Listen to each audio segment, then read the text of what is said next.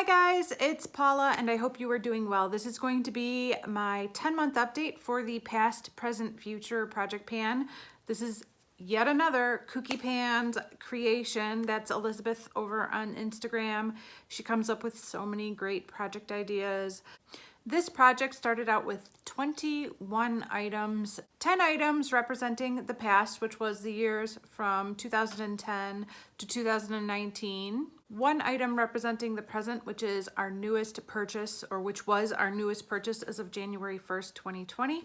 And then 10 items for the future, which is again, newer products in our collection. I kind of decided that for me, the past would mean products that I owned prior to starting my Instagram account about 4 years ago. The future category would be the items that have come into my life since starting my Instagram account 4 years ago, which some of which are still considered old items by most, but they're new to me. They're just little babies. They're just little baby items, not even 4 years old. I've said this from the start of this project, but if I'm going to focus on anything, it's going to be the items that are in that past category. Those are the ones I really want out more than anything else. Those are it's really old stuff and it's gotta go. I don't have any new empties today, but I have a half of an empty and it's from the past category. So I'm kind of happy about that. I don't know. I finished this half of my Revlon Color Stay eyeshadow. This is a white liquid cream eyeshadow, and I've just been scraping the sides this past month, and it's not even like a creamy product anymore. It's just like little chunks of product that I kind of need to like blend out onto my eye. I think you can see there's still just this little bit at the bottom, but my wand can't reach it even though I've already taken out the stopper. And guess what? I'm over it. This is a product that's been in my stash for years and years and years and years, and I feel like I'm okay with letting it go at this point. This is what happened with that Bare Minerals liquid lipstick too. Like, I'm sure I could find some tool and dig out this little bit at the bottom and use it up just to say I used up every last bit, but this is like a 20-year-old eyeshadow, so I'm gonna let it go. I do still need to finish this side to call this product done, but I'm still working on this. And I'm also still working on a NYX Jumbo Eye Pencil in Milk. So those two are the two eyeshadow bases I'm kind of going back and forth between at this point. So hopefully I can finish this off by the end of the year. We'll see. This Revlon Lip Glide is still going. Don't know how. I've been using this so much. I took it out of my purse last month. It's been sitting in the bathroom. I reach for it much more often, but it's still going. I had it on earlier today, twice earlier today. It's still going. I'm wearing it a ton. There's no way to measure progress. When it's gone, but I was really hoping that this would be an empty for today, and it's not. This is a CoverGirl lipstick in Sheer Rubies. I don't think I touched this even once in the past month. I've been focusing on other lip products that I really want to go. And the last item from my past category is the solid perfume from Avon. This is called Tempo. And man, these pans are deep, y'all. Ooh, it's still going. There's no pan yet. I've been using it, not every day. The rollerball that I'm working on is almost gone though, and once that's gone, I'll probably start using this every day at that point, so. Gotta finish that rollerball. Like I said earlier, there's only one item in the present category, and for me, that is this Laura Mercier Caviar Stick in the shade Rush. I did use it once in the past month, but only once. It's a pretty awesome eyeshadow crayon. As far as the color goes, it's like a mauve-y brown shade with a blue flash of glitter. Unfortunately, I'm still having problems with it being a little bit sticky after I apply it, which I'm not a big fan of. Like, sometimes my eyelid will stick, like the bottom part will stick to the top part sometimes, which is really weird. But it's worth it because this color is so beautiful. Other people that have Laura Mercier Caviar Sticks say that that does not happen with them. So I don't know why I'm having that happen for me, but I am. It's definitely a thing. I do pat a little bit of eyeshadow on top of my lid to kind of help with that situation, and it does seem to work a little bit, but nobody else has that problem but me. I'm really glad though that I got a chance to use this one time in the past month. I'm really zeroing in on certain particular eyeshadows, but every once in a while there's a morning where I wake up late and I get busy with other things and I just run out of time to put on my makeup, and these eyeshadow sticks are like the perfect go-to when you don't have time to do like the typical eyeshadow look that you might normally do, or that I might normally do. This is an easy go-to that cuts my eyeshadow application in half at least. Okay, let's move on to the future category. There are still 9 products left in this category, but a lot of these are being used very consistently, if not daily. I'm just using them a ton. So I'm really happy with how my progress is going with these, even though I don't have any new empties and none of them really look that close. There's a couple that look like there's one thing that looks like it might be an empty soon, but nothing else really looks like it's even close. Let's get this guy out of the way first. This is my Josie Maran highlighting stick. I haven't touched it at all. I basically haven't touched this at all this entire year. I've been focusing on a different cream highlighter. It was poor planning on my part. I shouldn't have put this in this project. I was optimistic about my ability to finish cream highlight, but I haven't touched this at all.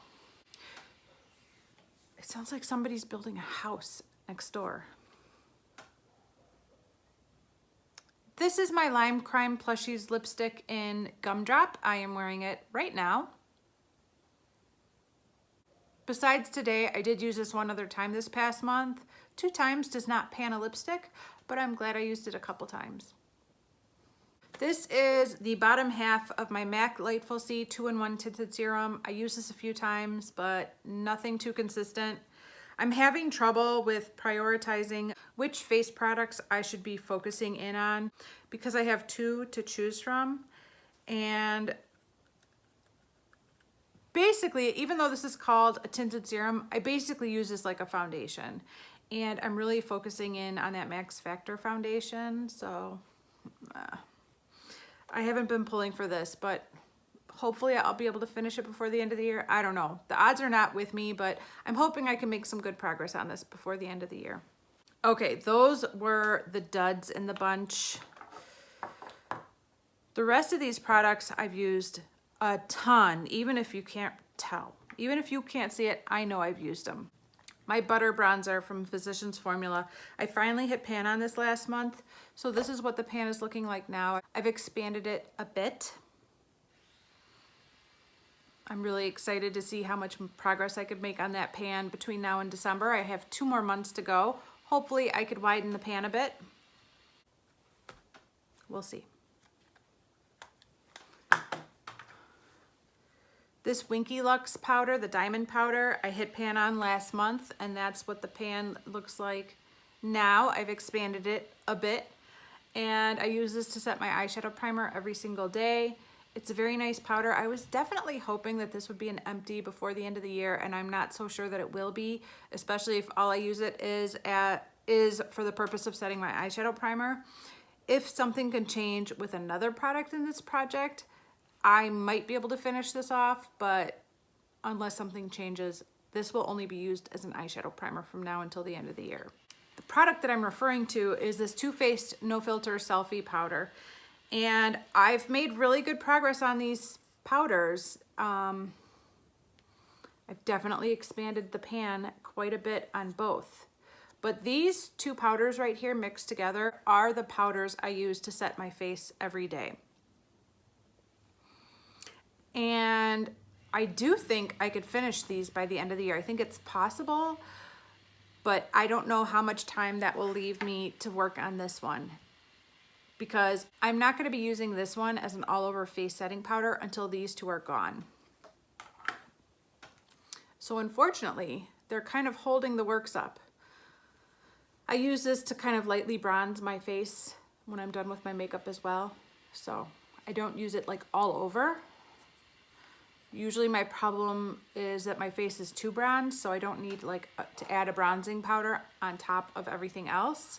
But These two I use all over my whole face. I reapplied with them just now before I started filming because it's about 3 o'clock and I've had my makeup on since 7 this morning. So yeah, I don't know.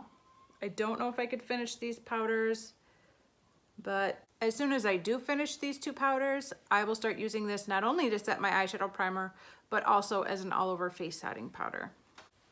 The last powder in this project before I get to a couple more lip products is my Laura Mercier translucent setting powder. I use this to set my under eyes almost every single day. I really like this powder a lot. My prayers have been answered again. There's no new line on this product to make. I don't know how that's possible. I don't get it, but there's no new line. The product's exactly where it was a month ago. And I'm not going to complain about it because I don't want this to ever end. I will probably end up going out and buying this exact same powder again once this is gone. I don't know. Maybe I would try the Maybelline one. I don't know. That one's, none of those are either of these brands cruelty free? Trying to stay cruelty free is really hard, you guys. For those of you who are consistent with it, kudos. A cruelty-free brand setting powder that's good for dark circles. Leave it down in the comments below. I need to know what's your favorite, because I don't think Laura Mercier is cruelty-free, and I know Maybelline isn't. So what would I use? Let me know in the comments down below, guys. What is the best under eye setting powder that is cruelty-free and makes me look flawless and like I'm 20? That would be great. Thanks. Okay, the last two products in the future category are my two lip glosses. This is Bite Beauty's Dirty Chai. This is NYX's Creme Brulee. I use both of these all the freaking time. You cannot tell. They look brand new. I don't know how that's possible. I use them all the time. Lately, I think I've been reaching for Creme Brulee more often than Dirty Chai, but I've used them both many, many times in the past month. I will be happy if there is even a skinny little window in this product by the end of the year, because at this point, I'm obviously not going to finish it. But even if there would just be a little window, can we just get a little window, please? I don't understand. And this one, I don't see a window right now, but sometimes if I leave it sitting up, I do see like a settling line, and sometimes I see windows, but this one still looks brand new. I don't get it. All right, guys, that is it for this update. If you're not already subscribed to my channel, I do hope you consider subscribing. Thank you so much for watching, and I will see you in the next one.